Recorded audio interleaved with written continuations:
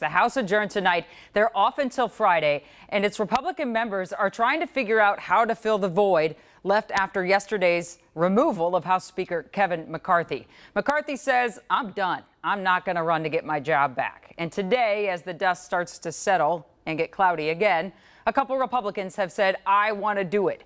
Jim Jordan from Ohio was the first to say he wants the job. He says he can take the role to unite the party. The House Majority Leader Steve Scalise announced he's in the running as well. And the Wall Street Journal is reporting Oklahoma Representative Kevin Hern told Texas Representative that, "Hey, wait, I want a shot too." Now, when this all started going down, some members of Congress were floating Minnesota Representative Tom Emmer's name to take that job, but he said, "I do not want to do it." But today he said something else. "Wait, I want a big promotion." Here's Kent.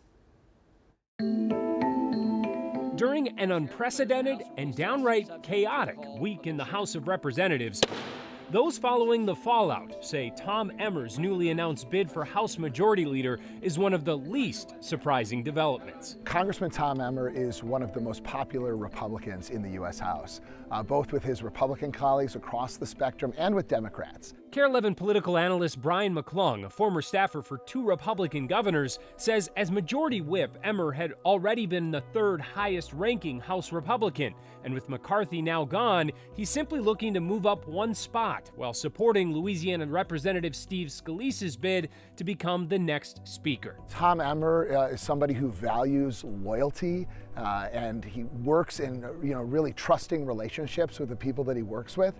And Steve Scalise has been part of that. But Scalise will have competition. Ohio Representative Jim Jordan has announced his own bid for Speaker and has received early support from the far-right flank that helped oust McCarthy. Jim Jordan, from my perspective, is not somebody that is going to be able to get even to 50% of just the Republicans.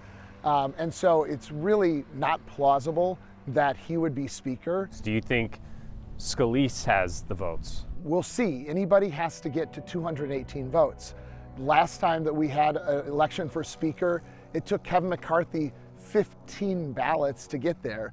And I think Kevin McCarthy is still the most popular Republican in the U.S. House of Representatives. But with McCarthy now forced to vacate the post due to a historic and unprecedented move from within his own party, McClung says all Republicans, including Emmer, have a lot to sort out. I don't know why anybody would want to be Speaker under these conditions. I would assume that they will maintain this rule that allows one person to bring a motion to vacate. That's a bad strategy. Nancy Pelosi never accepted that when she was running for Speaker of the House, and she was right. The ability to just have one person do this and then just a handful of members of your caucus uniting with the other side and have that person removed as Speaker, it doesn't work well.